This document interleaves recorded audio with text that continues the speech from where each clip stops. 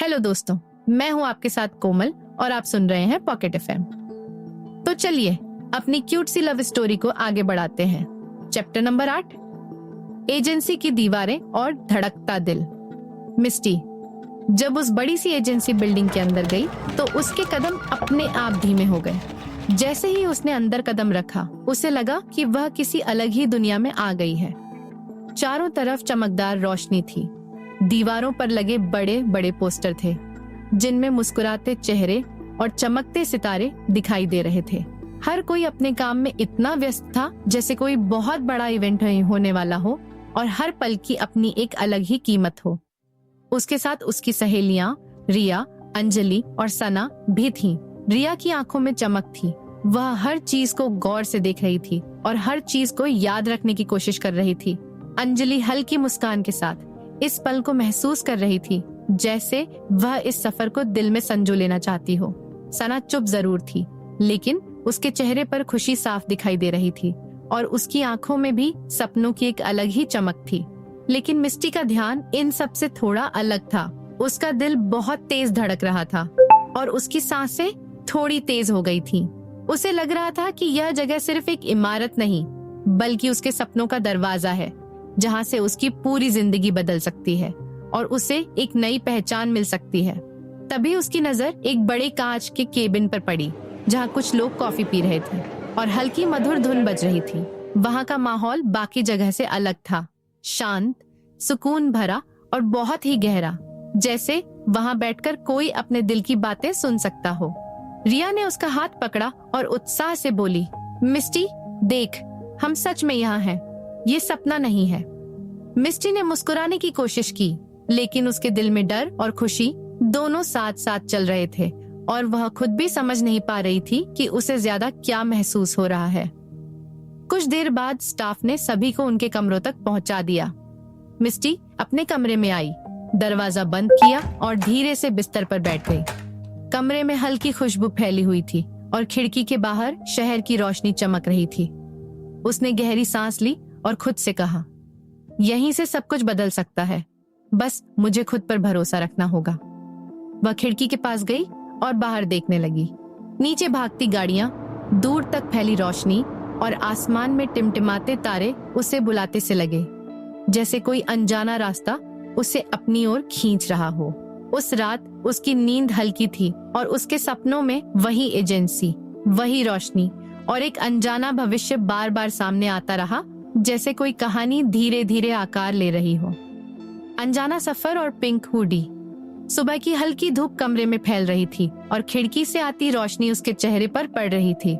मिस्टी की आंख धीरे धीरे खुली और कुछ पल के लिए वह छत को देखती रही, जैसे खुद को यकीन दिला रही हो कि यह सब सच है और वह सच में अपने सपनों के करीब आ गई है। तभी उसका फोन बजा। मिस्टी, सीईओ सर तुम्हें अभी अपने केबिन में बुला रहे हैं, स्टाफ की आवाज आई। मिस्टी का दिल एक पल के लिए रुक गया। मुझे अभी, उसने धीरे से कहा और खुद को संभालने की कोशिश की। वह जल्दी से तैयार होकर केबिन की तरफ बढ़ी। अंदर एक शांत और सधा हुआ माहौल था। सीईओ उसकी फाइल देख रहे थे और कुछ नोट्स लिख रहे थे। उन्होंने सिर उठाकर उसकी तरफ देखा और मुस्कुराते हुए कहा, मिस्टी तुम्हारी प्रगति बहुत अच्छी है, हम तुमसे बहुत खुश हैं और हमें तुमसे काफी उम्मीदें हैं। मिस्टी ने सिर झुकाकर कहा, धन्यवाद सर, मैं अपनी पूरी मेहनत करूंगी। सीईओ ने आगे कहा, आज तुम्हारी ट्रेनिंग का एक खास दिन है। तुम्हें एक विशेष स्टूडियो जाना होगा जहां 2 अनुभवी कलाकार तुम्हारा इंतजार कर रहे हैं और वे तुम्हें संगीत और गीत लेखन की गहराई समझाएंगे। मिस्टी ने हल्की हैरानी से पूछा, सर कहाँ जाना होगा? सीईओ मुस्कुराए और बोले, बस बाहर एक गाड़ी तुम्हारा इंतजार कर रही है, ड्राइवर तुम्हें वहां पहुंचा देगा। मिस्टी ने जी सर कहा और बाहर आ गई। अपने कमरे में आकर उसने जल्दी से तैयार होना शुरू किया। उसने नीली जीन्स पहनी और एक ढीली ढाली गुलाबी हुडी पहन ली, बालों को बांधा, सिर पर टोपी लगाई और चेहरे पर मास्क लगा लिया। अब वह बिल्कुल एक साधारण लड़की लग रही थी जिसे देखकर कोई भी उसके अंदर छिपे बड़े सपनों और हुनर का अंदाजा नहीं लगा सकता था। वह नीचे आई, गाड़ी में बैठी और सफर शुरू हुआ। रास्ते भर वह खिड़की से बाहर देखती रही। शहर धीरे धीरे पीछे छूट रहा था। ऊंची इमारतें, भागती सड़कें और लोगों की भीड़।